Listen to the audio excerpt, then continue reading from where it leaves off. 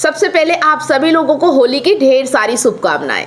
आज हम बात करेंगे होली त्योहार के बारे में। आज जो समय चल रहा है जहां क्लाइमेट चेंज जैसी बहुत सारी समस्याएं आ रही हैं। क्लाइमेट चेंज होने के कारण कहीं पानी की कमी है तो कहीं बाढ़ आ रही है, तो कहीं ठंड ज्यादा पड़ रही है, तो कहीं गर्मी ज्यादा हो रही है और जिसकी वजह से काफी लोगों की मौतें भी हो रही है। तो बात करेंगे कि आज हम होली जैसे त्योहारों को कैसे मनाते हैं, जहाँ ढोल ताशे नगाड़े बहुत सारी चीजें होती है, जहाँ पानी का दुरुपयोग भी होता है, जहाँ पानी की कमी है वहीं हम होली के दिन पानी का दुरुपयोग करते हैं।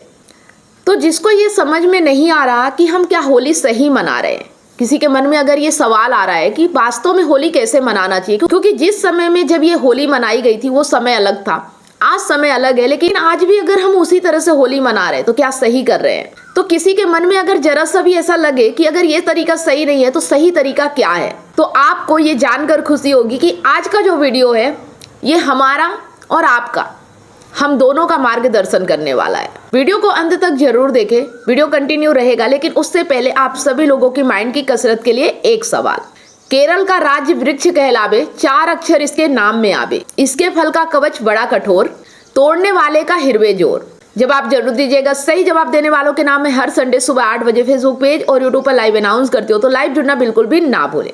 अगर आप हमारे कॉन्टेस्ट में भाग लेते हैं, मंथ के विनर बनते हैं, तो आपको हमारी तरफ से एक शानदार गिफ्ट दिया जाता है। तो चलिए बिना किसी देरी के वीडियो कंटिन्यू करते हैं और आज हमारे वीडियो में आचार्य प्रशांत जी से सुनते हैं कि वास्तव में आज के समय में सही होली कैसे मनाई जानी चाहिए और सही होली मनाने का तरीका क्या है। तो आइए हम सभी देखते हैं। एक रंग में जो रहे ऐसा बिरला कोई, वो मन के लाखों रंग है वाली होली नहीं चाहिए। एक रंग कौन सा है इस होली पे ये खोजिए। वो एक रंग कौन सा है जिसके होने से सब रंगों में दम है, और वो एक रंग नहीं है तो सारे रंग बेरौनक हैं, फीके हैं। देखिए, हम दुखी पैदा होते हैं, दुखी परेशान और उबे हुए खुद से ही, तो हमें मज़े तो चाहिए ही। जो दुखी है उसको सुख तो चाहिए ही। दिक्कत बस ये है कि गाड़ी आपको दी गई है मंजिल तक पहुंचने के लिए, क्योंकि आप प्यासे हो, आपको मंजिल पर जाना है, मंजिल पर पानी है। हम पैदा ही प्यासे होते हैं ना। बच्चा पैदा होता है तो रोता है, बच्चा पैदा होता है अज्ञान में रहता है, हम बड़े हो जाते हैं तब भी अज्ञानी रहते हैं, भीतर इतनी कामनाएं छटपटाती रहती हैं, दुखी तो सब रहते ही हैं हर समय। तो हम प्यासे हैं, में गाड़ी दी गई है कि चले जाओ, गाड़ी को चला करके और मंजिल तक चले जाओ, वहाँ पानी मिल जाएगा। पर जब हमें न अपनी प्यास का पता होता है और न गाड़ी की प्रकृति का, माने गाड़ी की बनावट, गाड़ी के नियम कायदे, तो हम अपनी जो प्यास है सुख की वो बड़े विचित्र तरीकों से मिटाते हैं। एक गाड़ी खड़ी है, वो गाड़ी है जिंदगी, मैं हूं प्यासा और मंजिल है पानी। पर जब मुझे अपना भी नहीं पता और जिंदगी जीवन का भी कुछ नहीं पता, ना जीव को जानता हूं ना जीवन को जानता हूं, तो मैं गाड़ी का इस्तेमाल बड़े भद्दे और विचित्र तरीके से करता हूं। हालांकि उसमें उद्देश्य यही होता है कि दुख मिटे और सुख मिले, माने प्यास मिटे और पानी मिले। अब मैं क्या करूंगा, मैं गाड़ी को चला करके पानी तक नहीं ले जा पाऊंगा, क्योंकि मुझे पता ही नहीं गाड़ी का कुछ भी कैसे चलती है। तो मैं जाकर के गाड़ी को ही पीना शुरू कर देता हूं और पी पी के मैं गाड़ी को ही बर्बाद कर देता हूं। मैंने क्या किया, मैं कूलेंट पी गया। मैंने क्या किया, मैं इंजन ऑयल पी गया। मैंने क्या किया, मैं ब्रेक ऑयल पी गया। मैंने क्या किया, डीजल पेट्रोल जितना था सब पी गया। मैं गाड़ी को चला करके पानी तक नहीं ले जा रहा, मैंने गाड़ी को ही पीना शुरू कर दिया। इसे कहते हैं कंज्यूमरिज्म। गाड़ी को चला करके, हाँ, गाड़ी को चला के भी ले जाओगे तो उसमें जो तेल है वो जलेगा। आप गाड़ी को चलाकर भी ले जाओगे तो उसमें इंजन ऑयल का उपयोग होगा, पर वो एक अलग तरह का उपयोग है। और आप खड़ी गाड़ी कोई खाना पीना शुरू कर दें क्योंकि आप प्यासे हैं और आप जानते ही नहीं कि आपकी प्यास इंजन ऑयल से नहीं बुझेगी, पानी से बुझेगी, तो आपने इंजन ऑयल ही पीना शुरू कर दिया। ये कंज्यूमरिज्म है। जीवन हमें किस मंजिल की ओर जाने के लिए मिला ये हम नहीं जानते, तो हम पूरे विश्व को, प्रकृति को ही खाना शुरू कर देते हैं। ये है उपभोक्तावाद। भोगो और जितना भी खाओगे प्यास तो बुझेगी नहीं। इंजन ऑयल पीने से प्यास बुझती है किसी की? कूलेंट पी गए, बीच बीच में थोड़ा पानी भी मिल गया। कौन सा पानी था? वो जो विंडशील्ड पे डालने के काम आता है। तो बीच बीच में थोड़ा सा पानी मिल गया तो कहा देखा हमारा तरीका बिल्कुल सही है, मिल गया पानी, मिल गया पानी, मिल गया पानी। 2-4 जो बूंदें उसमें पानी की मिल गई, उससे हमको बरसों का आसरा बंध गया। हम कहते हैं हम गलत थोड़े ही हैं, अभी अभी मिला पानी, पर पानी की मिली है 4 बूंदें, और उस चक्कर में डीजल पी गए हो 15 लीटर, और पानी उसमें ज़्यादा होता भी नहीं। वो देखा है, वो विंडशील्ड के पानी की जो थैली होती है इतनी सी होती है, इससे ज़्यादा पानी नहीं होता उसमें। और गाड़ी के जो टंकी होती है वो होती है 50 लीटर, 80 लीटर, कई गाड़ियों में 100 लीटर से ऊपर की होती है। तो हम यही कर रहे हैं, हम डीजल पी रहे हैं और सोच रहे हैं प्यास बुझ जाएगी। वो गाड़ी बहुत काम की थी, इसलिए नहीं कि उसमें डीजल था जिसको तुम पी सकते हो, इसलिए कि अगर उसको सही से चलाते तो सचमुच मंजिल पर पहुंच जाते। वो गाड़ी बहुत काम की थी, पर हमने उस गाड़ी का भी बेड़ा गर्क कर दिया, जैसे इंसान ने आज पृथ्वी का बेड़ा गर्क कर दिया है, प्रकृति का बेड़ा गर्क कर दिया है, अपनी जिंदगी का बेड़ा गर्क कर दिया है। गाड़ी थी तो बहुत काम की। जीवन मिला ही इसीलिए है, जीवन की गाड़ी इसीलिए मिली है कि उसको चलाकर मुक्ति तक पहुंच जाओ। पर जीवन की गाड़ी को हमने चलाया नहीं मुक्ति तक पहुंचने के लिए, हम उस गाड़ी को ही खा गए। प्रतिध्वनित होती है फिर हमारे त्योहारों में भी, दुनिया भर के जितने त्योहार हैं, कोई भारत भर में ही नहीं, और बस कोई हिंदुओं के ही नहीं, सबके।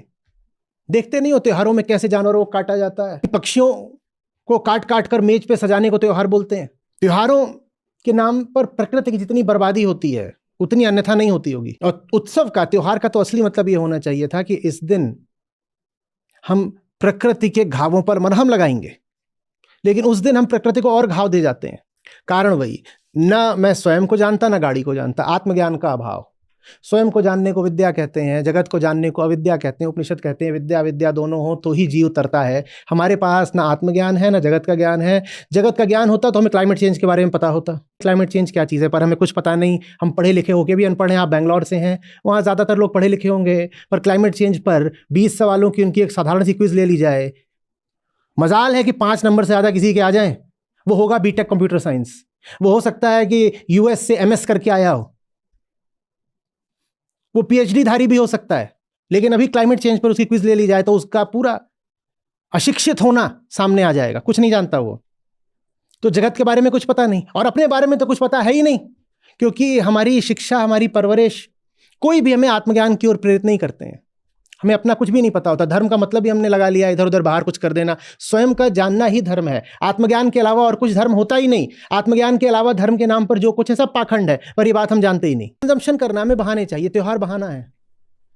त्योहारों में देखा नहीं कैसे बाजार सजते हैं। त्योहार का बाजार से क्या रिश्ता होना चाहिए, सोच के बताइएगा। आदत पर मत चलिए, आदत तो यही बोलेगी हाँ त्योहार का मतलब खरीदारी, पर सोच के बताओ त्योहार का बाजार से क्यों कोई रिश्ता होना चाहिए? त्योहार का कंजम्पशन से क्यों रिश्ता कोई होना चाहिए? अगर त्योहार का संबंध अध्यात्म से है तो त्योहार का रिश्ता तो कंजम्पशन नहीं, रेनंसिएशन से होना चाहिए। अध्यात्म का संबंध भोग से नहीं, त्याग से। तो त्योहार तो व्रत उपवास के दिन होने चाहिए। त्योहार का तो अर्थ होना चाहिए कि आमतौर पर भी जितना उपभोग करते हो त्योहार में उतना भी नहीं करोगे, पर हमारा उल्टा है। आमतौर पर हम जितना करते हैं त्योहारों पर उससे 10 गुना करते हैं। आमतौर पर हम पृथ्वी को जितना नुकसान पहुंचाते हैं त्योहारों पर उससे 10 गुना पहुंचाते हैं। आमतौर पर जितने जानवर कटते हैं त्योहारों पर उससे 10 गुना कटते हैं, और कुछ त्योहारों पर तो उससे 1000 गुना कटते हैं। आमतौर पर हम जितना प्रदूषण करते हैं त्योहारों में उससे 1000 गुना करते हैं। ये कौन से त्योहार है? और आमतौर पर हम जितनी बेईमानियां और छीछा लेदर करते हैं त्योहारों पर उससे ज्यादा करते हैं। आमतौर पर हम जितनी मिलावट भरी जिंदगी जीते हैं त्योहारों पर वो मिलावट और बढ़ जाती है। ये कैसा धर्म है, कैसा जीवन है ये? दुनिया के सभी धर्मों को आदमी के अहंकार ने खा लिया। एक ही धर्म है, क्या? कंजम्पशन। धर्म तो बताता है तुम पैदा हुए हो मुक्ति के लिए, लिबरेशन के लिए। अगर लिबरेशन धर्म का उद्देश्य है तो उत्सवों त्योहारों का तो अर्थ होना चाहिए था कि इस दिन मैं अपनी पुरानी आदतों से, टेंडेंसी से, वृत्तियों से, पैटर्न से आजाद होना चाहूंगा, माने लिबरेट, मुक्त होना चाहूंगा। पर त्योहारों पर तो जो हमारे पुराने पैटर्न होते हैं वो और विकराल होकर के, विकृत होकर के, भीषण होकर के प्रकट होते हैं और अट्टहास करते हैं। यही होता है ना हमारे त्योहारों में। तो फिर हमारा त्योहार, हमारा धर्म कुछ और नहीं है। कंजम्पशनिज्म इज अवर रिलीजन।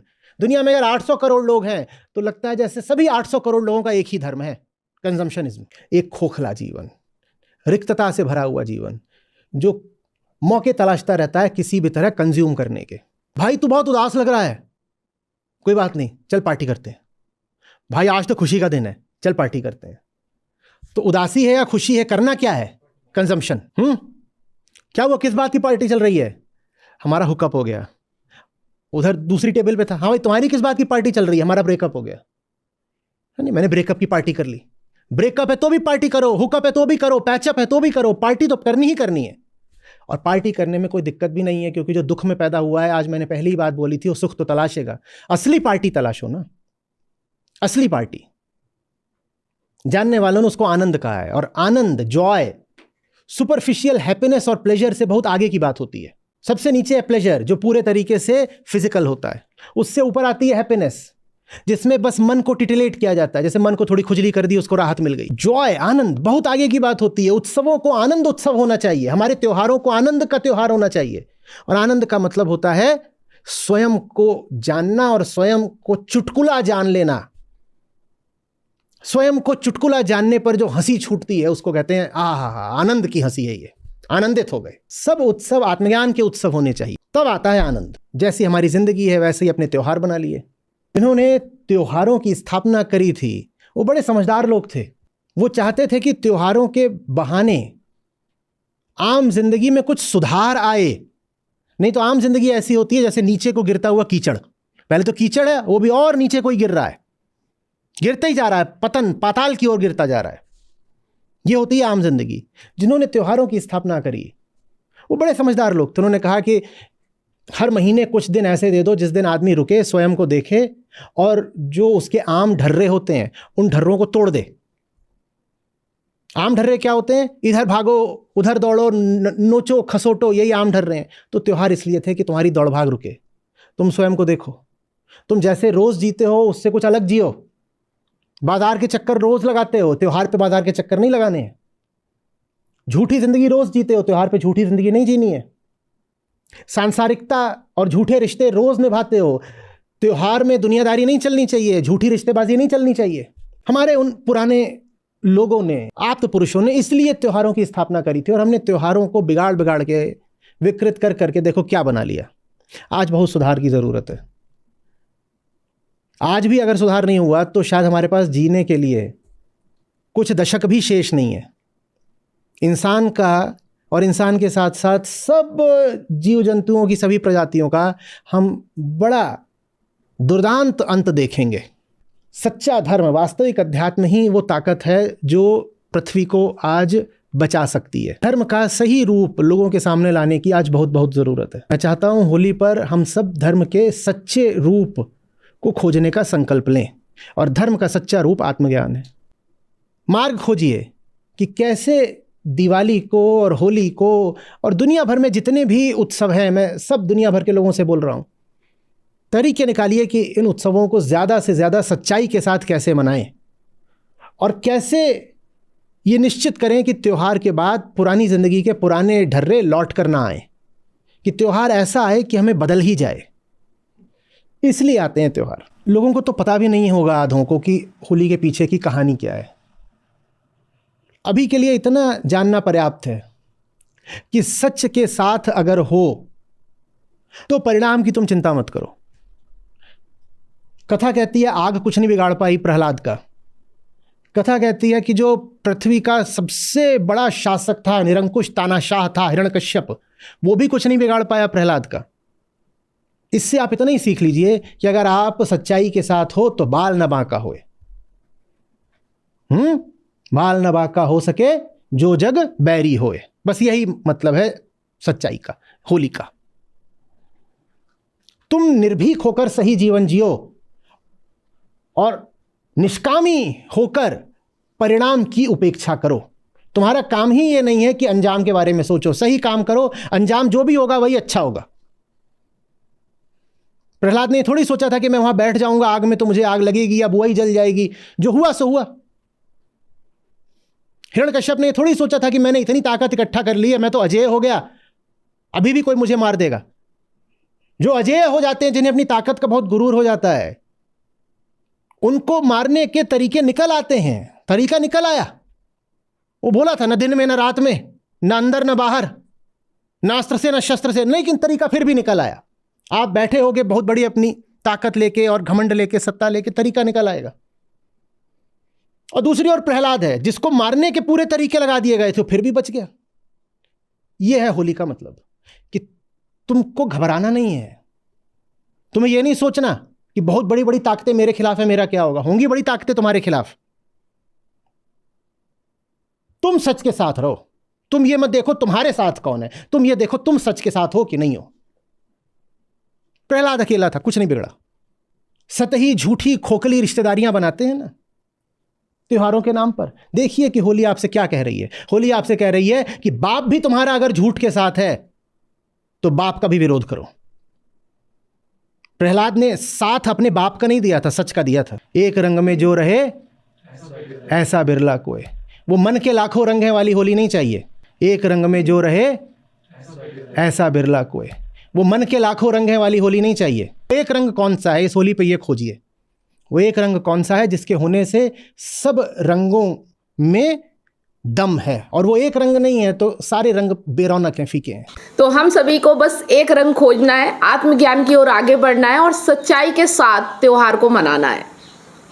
तो आज का वीडियो आपको कैसा लगा कमेंट करके जरूर बताना। एक बार फिर से आप सभी लोगों को हैप्पी होली। अगर आप इमोशनल इंटेलिजेंट बनना चाहते हैं, रिश्तों को अच्छे तरीके से समझना चाहते हैं, एक्स्ट्रा मैरिटल अफेयर के बारे में जानना चाहते हो और उसका समाधान भी चाहते हैं, तो आप इन ई बुक्स को परचेस जरूर करें। ई बुक्स को परचेस करने के लिए दिए गए नंबर पे कांटेक्ट करें। अगर आप काउंसलिंग चाहते हैं, 1-to-1 कॉल पे बात करना चाहते हैं, समस्या का समाधान चाहते हैं, तो भी आप इसी दिए गए नंबर पे कांटेक्ट करके अपना अपॉइंटमेंट बुक करा सकते हैं। अगर आप मुझसे लाइव जुड़कर अपनी समस्या का समाधान चाहते हैं तो मंडे, वेडनेसडे और सैटरडे शाम 8 बजे मैं फेसबुक पेज और यूट्यूब पर लाइव आती हूँ, तो आप मुझसे लाइव जुड़कर भी अपनी समस्या का समाधान पा सकते हैं। यहाँ स्क्रीन पर फेसबुक आईडी और यूट्यूब चैनल शो हो रहा है, आप उसे फॉलो और सब्सक्राइब जरूर कर ले। लास्ट में अगर वीडियो पसंद आया तो उसे दिल से लाइक करें, कमेंट और शेयर ज्यादा से ज्यादा करें, क्योंकि आपका एक शेयर किसी की लाइफ में बहुत बड़ा परिवर्तन ला सकता है। साथ में बेल आइकन प्रेस करना बिल्कुल भी ना भूलें, ताकि जो भी वीडियो मैं पोस्ट करूं उसका नोटिफिकेशन आपको सबसे पहले मिले और आपसे कोई भी वीडियो मिस ना हो। इसके साथ ही अगर मेरे वीडियो आपको बहुत ही अच्छे लगते हैं तो फेसबुक पर स्टार देके और यूट्यूब पर सुपर थैंक्स देकर हमें सपोर्ट जरूर करें। धन्यवाद।